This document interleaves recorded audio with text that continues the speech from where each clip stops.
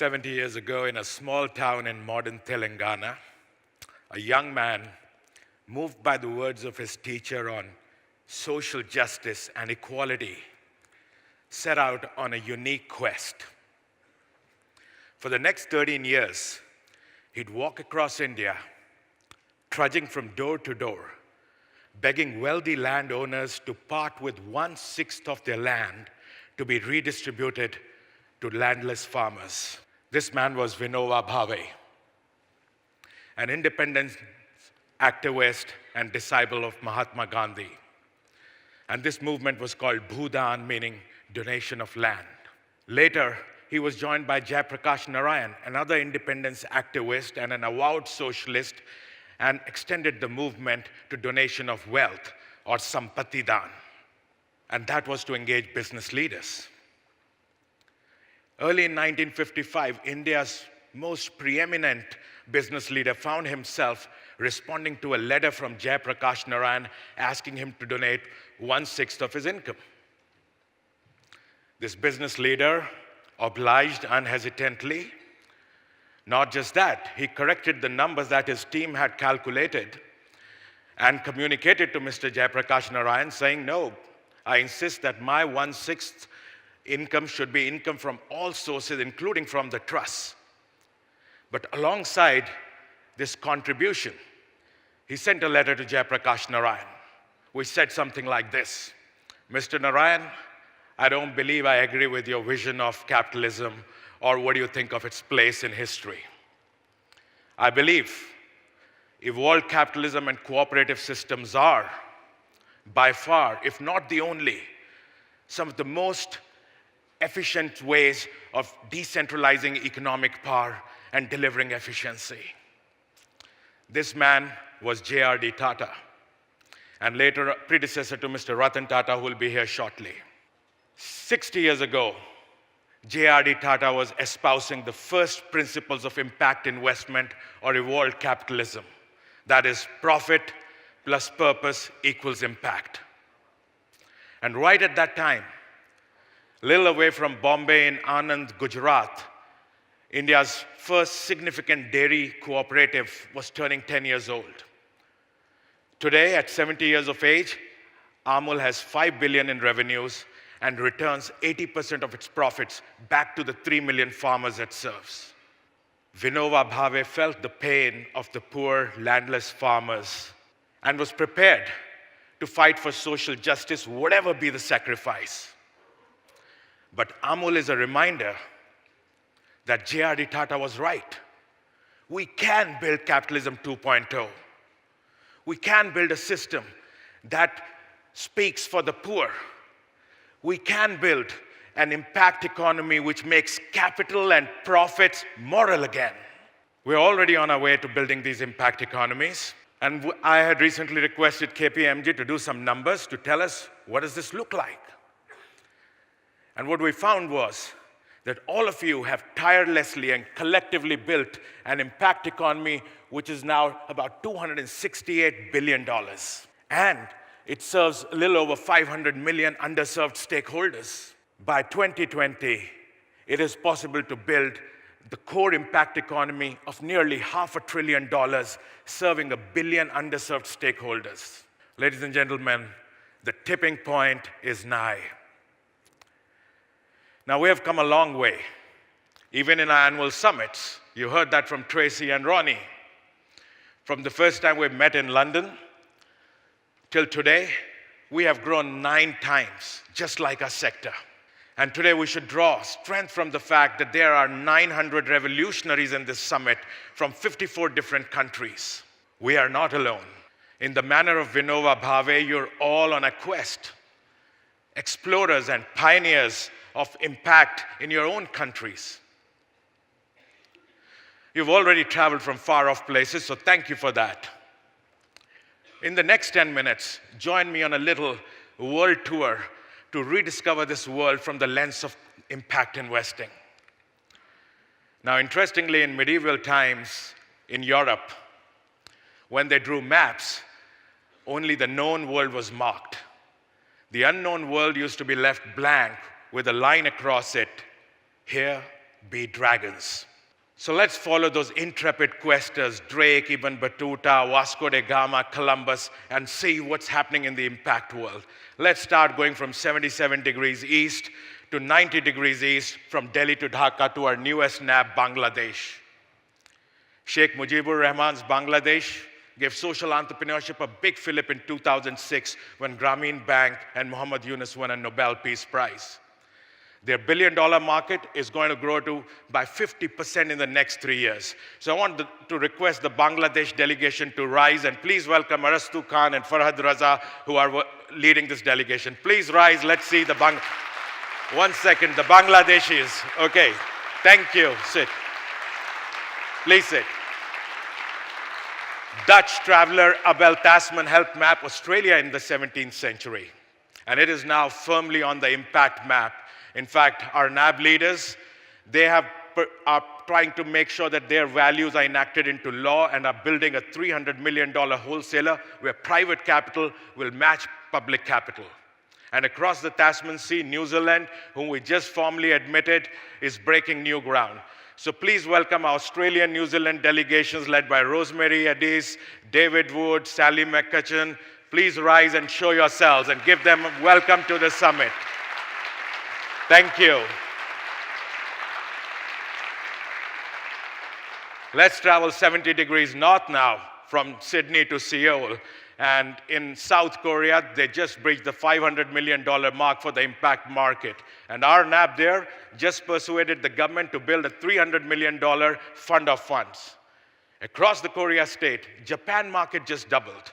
And there, our NAB has been able to persuade the government on the lines of big society capital to unlock unclaimed assets, dormant accounts, and build a $4.5 billion wholesaler. Now imagine that. That's the power of this network. So please welcome Shuichi Ono, Chul Moon, and the Japanese, South Korean delegations here. Please rise, all of you. That's a large, our Japanese and Korean friends here in the room. Thank you. Before I cross the Pacific, I will stop at the Bering Strait. Here at the Bering Strait are two islands 7.5 kilometers apart, and through them runs the international date line as well as the border for Russia and US. If you were to stand on the US side on the island called Little Diomede on the shore and look eastwards, you don't just see another country. On a clear day, you see tomorrow. So let's go to the land most characteristically defining the tomorrows of impact economies. That's North America. And we all know that for many of us here, Columbus discovered the nation for us, but the rediscovery of North America is being led by impact entrepreneurs, and philanthropists who are shaping this movement. About 100 of them are in the room today. The US impact market was $50 billion back in 2015. We estimate it's going to be $100 billion, the largest market by 2020.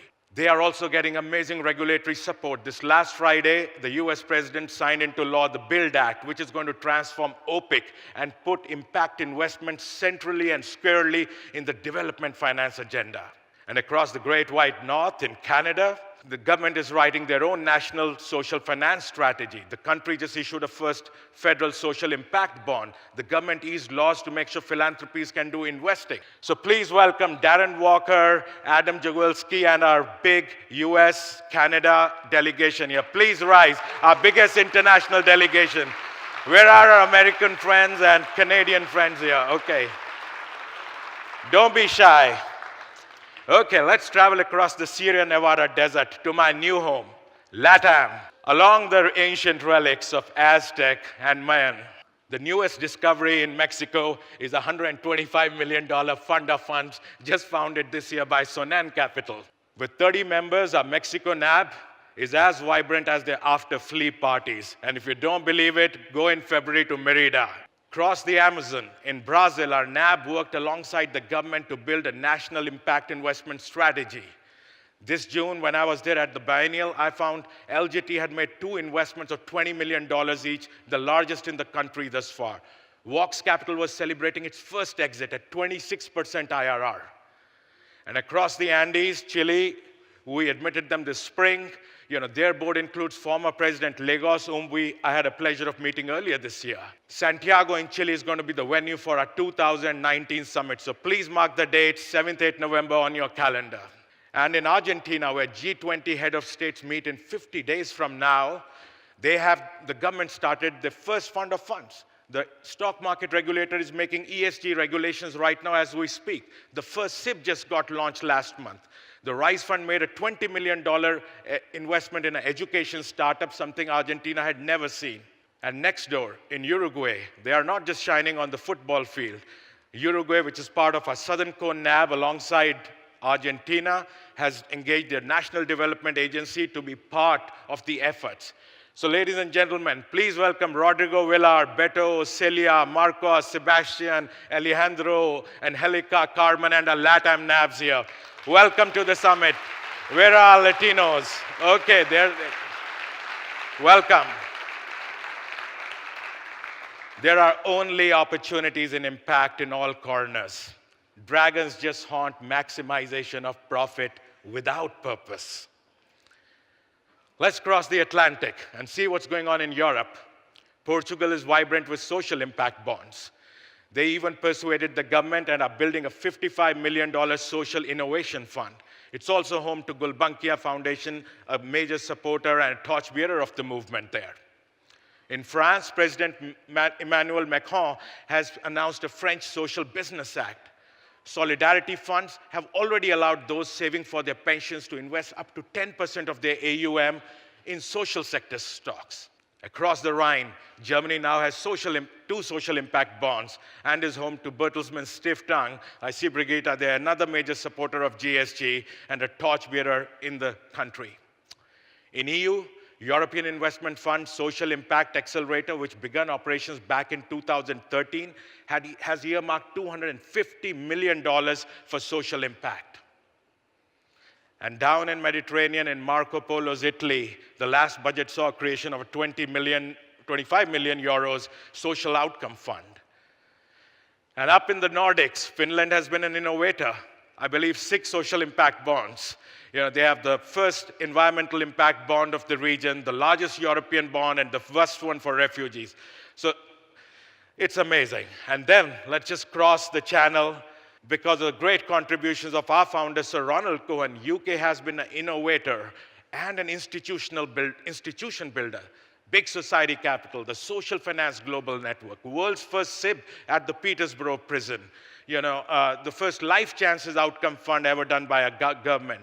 And most importantly, the famous 2013 G8 Social Impact Investment Task Force, which led to the creation of GSG. Ladies and gentlemen, please welcome Sir Harvey, Cyril, Uli, Giovanna, Brigitte, Mika, and all our European delegation here. Give them a big hand. Welcome, folks. And stand up. Yes, do stand up.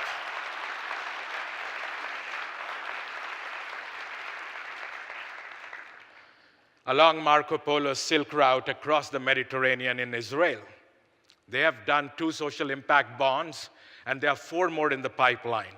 And Israel just made ESG reporting mandatory for corporations. And in Africa, what better place to start than in South Africa, our first NAB, starting from Cape of Good Hope. How fortuitous. So please welcome our Africa, Middle East NABs here, Israel being led by Yaron, and Elias and Amel Kabul here. Please, can you rise, our Africa, Middle East delegations, and welcome to the summit. Welcome. Ladies and gentlemen, our movement around the world is strong, stellar, vibrant, growing, thriving. We cover today almost 5 billion of humanity, 3 billion of humanity. I think that chart's missing. We cover about $3 billion of humanity through our 21 NABs. By 2020, we'll be covering $5.5 billion of humanity through 30 NABs. Eventually, let's come back where we stand today in India. India is home to $1 billion of impact investments annually, touching 60 to 80 million lives, and delivering 11% IRR in dollar-denominated terms. What's unique about this country is that you can see scale. There are a dozen enterprises here with either $1 billion in revenue or $1 billion in market cap.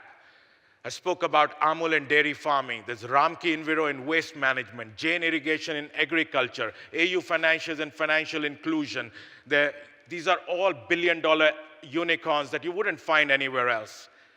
I dare say India can be ground zero for impact investment. So ladies and gentlemen, I'm not going to ask half the room to stand up, but please welcome the Indian cohort and acknowledge them as they are your hosts for this summit.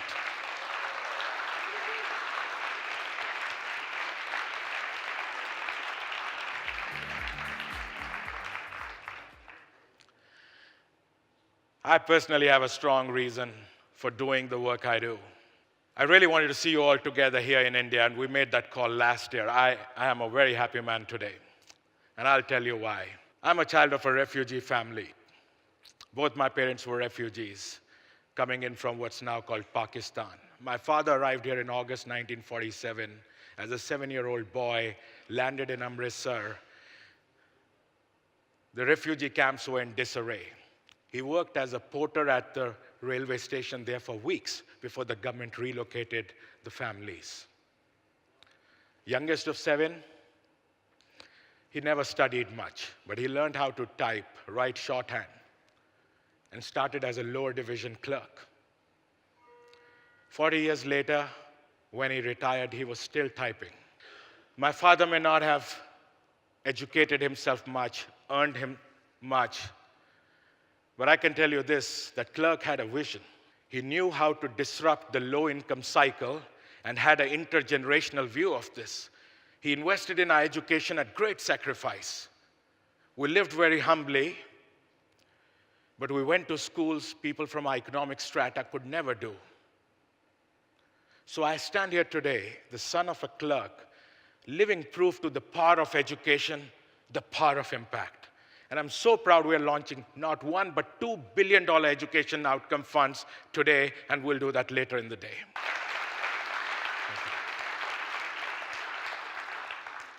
So I will leave you with this. As eternal voyagers, we cannot cease our quest. Remember, Vinoba Bhave walked for 13 long years. As his rallying cry, Vinoba Bhave chose the words Jai Jagat, meaning victory to the world. Not victory to a community, not to a region, not even to the humanity, but victory to the world with all animate and inanimate that are here. So I welcome you all over the next 2 days at this summit. Be brave explorers of the impact movement. Let's build a world where our children hold the map of a fair and just planet. That vision, that future is worth fighting for, worth sacrificing for. Let's show capital how to find its highest purpose. Thank you. Thank you.